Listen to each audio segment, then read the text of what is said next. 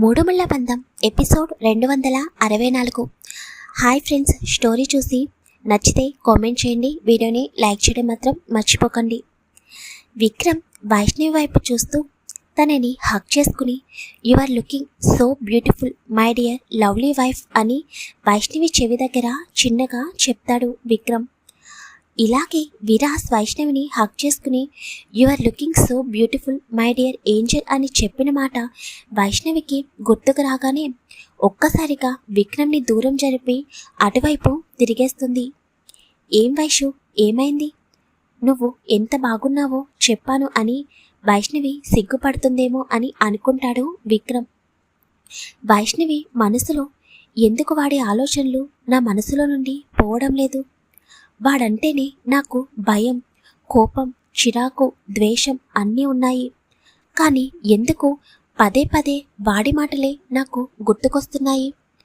నా భర్తతో నన్ను సంతోషంగా కూడా ఉండనివ్వడం లేదు ఈ విరాస్. ఎందుకు నాకు పరిచయం అయ్యి నన్ను మనశ్శాంతి లేకుండా చేస్తున్నావు? ఇంతకాలం అయినా కూడా నీ ఆలోచనల నుండి నేను బయటపడలేకపోతున్నాను.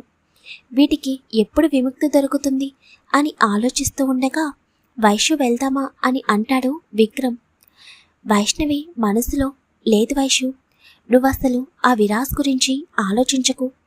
ఈరోజు మీ జీవితంలో ఎప్పటికీ మర్చిపోలేని రోజు. నీ భర్తతో నువ్వు హ్యాపీగా ఉండాల్సిన రోజు. వాడి వలన నువ్వు విక్కీని బాధ పెట్టడం కరెక్ట్ కాదు. ఈ క్షణం నుండి వాడి ఆలోచనలు నా మనసులోకి రాకూడదు. నా విక్కీతో నేను హ్యాపీగా ఉండాలి అని గట్టిగా నిర్ణయం తీసుకుని విక్రమ్ వైపు చూసి చిన్నగా నవ్వుతూ వెళ్దాం విక్కీ అని అంటుంది. విక్రమ్ వైష్ణవి భుజం చుట్టూ చేతిని వేసి దగ్గరికి తీసుకుని నెమ్మదిగా బయటికి తీసుకువచ్చి స్టెప్స్ నుండి తను డెకరేట్ చేసిన రూమ్ దగ్గరికి తీసుకువెళ్తాడు. అయితే వైష్ణవికి రూమ్ డెకరేషన్ గురించి అస్సలు తెలియదు. వైష్ణవికి అర్థం కాక ఎక్కడికి వెళ్తున్నాం విక్కీ అని అడుగుతుంది. చెప్తాను కదా వైషు అని రూమ్ డోర్ దగ్గరికి తీసుకుని వెళ్ళి ఓపెన్ చేయి అని అంటాడు. వైష్ణవికి ఏమీ అర్థం కాక నెమ్మదిగా రూమ్ డోర్ ఓపెన్ చేసేసరికి లోపల రూమ్ని చూసి అలాగే ఫ్రీజ్ అయిపోతుంది. విక్కీ అని విక్రమ్ వైపు చూసి ఆశ్చర్యంగా అంటుంది. విక్రమ్ వైష్ణవిని వెనుక నుండి పట్టుకుని నచ్చిందా అని అడుగుతాడు. వైష్ణవి అలాగే విక్రమ్ని పట్టుకుని రూమ్ లోపలికి అడుగు పెడుతుంది. రూమ్ లోపలికి అడుగు పెట్టగానే తన పాదానికి గులాబీ రేకులు మెత్తగా తగులుతుంటే ఆ స్పర్శకి మనసు పులకరించిపోతూ ఉంటుంది. రూమ్ లోపలికి అడుగుపెట్టిన వైషు రూమ్ మొత్తం చూస్తూ ఇదంతా ఎప్పుడు అరేంజ్ చేసావు విక్కీ అని ఆశ్చర్యంగా అడుగుతుంది. నీకు నచ్చిందా నా సర్ప్రైజ్ వైషు అని అడగగానే వైష్ణవి విక్రమ్ వైపు చూస్తూ చాలా అంటే చాలా బాగుంది విక్కీ అని నవ్వుతుంది. తన కళ్ళల్లో నిజమైన స్వచ్ఛమైన నవ్వును చూస్తుంటే తన కష్టానికి ఫలితం దక్కిందని అనిపిస్తుంది విక్రమ్కి. నువ్వు పడుకున్నావు కదా, అప్పుడే ఇదంతా డెకరేట్ చేశాను వైషు అని అనగానే అంటే అప్పుడు వర్క్ ఉందని చెప్పింది రూమ్ డెకరేట్ చేయడానికా? అందువలనేనా అలా వచ్చి సోఫాలో పడుకున్నావు విక్కీ? ఐఎమ్ సారీ విక్కీ అని అంటుంది వైషు. ఇప్పుడు మనం సారీ చెప్పుకునే సమయం సందర్భం ఇది కాదు వైషు అని అంటుంటే వైష్ణవి మొత్తం చుట్టూ చూస్తూ వావ్, అసలు ఈ ఫ్లవర్స్ అన్నీ ఎక్కడి నుండి తెప్పించావు విక్కీ అని అడుగుతుంది. ఎందుకంటే రూమ్లో అడుగు పెట్టగానే మత్తైన సువాసన తన ముక్కుని తాకుతుంటే ఆ సువాసనకి ఎటువంటి పర్ఫ్యూమ్ కూడా పనికిరాదని అనిపిస్తుంది వైష్ణవికి. అన్నీ ముందే ఆర్డర్ చేశాను వైషు, నీకు నచ్చాయా అని అడగగానే చాలా అంటే చాలా విక్కీ, దానికి తగ్గట్టుగా నువ్వు అరేంజ్ చేసిన ఈ రూమ్ చాలా అద్భుతంగా చేశావు. ఇంద్రభవనాన్ని తలపించేటట్టుంది తెలుసా అని చుట్టూ చూస్తుంది. ఫ్లోర్ మీద గులాబీ రేఖలు, ఎక్కడా కూడా ఫ్లోర్ కొంచెం కూడా కనిపించడం లేదు. అక్కడక్కడ క్యాండిల్స్ వెలిగించి చాలా కలర్ఫుల్గా కనిపిస్తుంది రూమ్ అంతా. విక్రమ్ వైష్ణవిని దగ్గరికి తీసుకుని తన మొబైల్ ఓపెన్ చేసి ఇద్దరి ఫొటోస్ని క్యాప్చర్ చేస్తాడు. వైష్ణవి రూమ్ మొత్తం తిరుగుతూ ఉంటే అలాగే తన మొబైల్లో వీడియో ఆన్ చేసి వైష్ణవిని చూస్తూ నవ్వుతూ వీడియో తీస్తూ ఉంటాడు.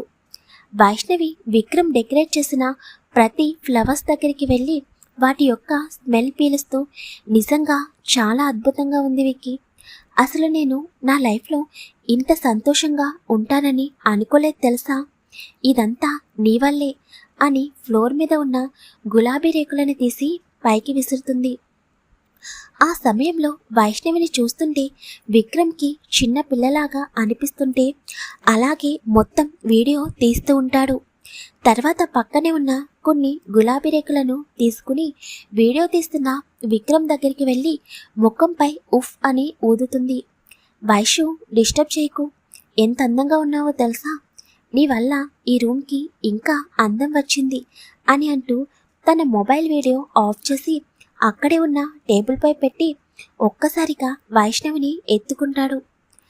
వైష్ణవి విక్రమ్ వైపు చూడలేక కళ్ళు వాల్చేస్తుంది. విక్రమ్ వైష్ణవిని తీసుకుని బెడ్పై కూర్చోబెట్టి తను కూడా తన పక్కన కూర్చుంటాడు. వైష్ణవి విక్రమ్ వైపు చూస్తుంది.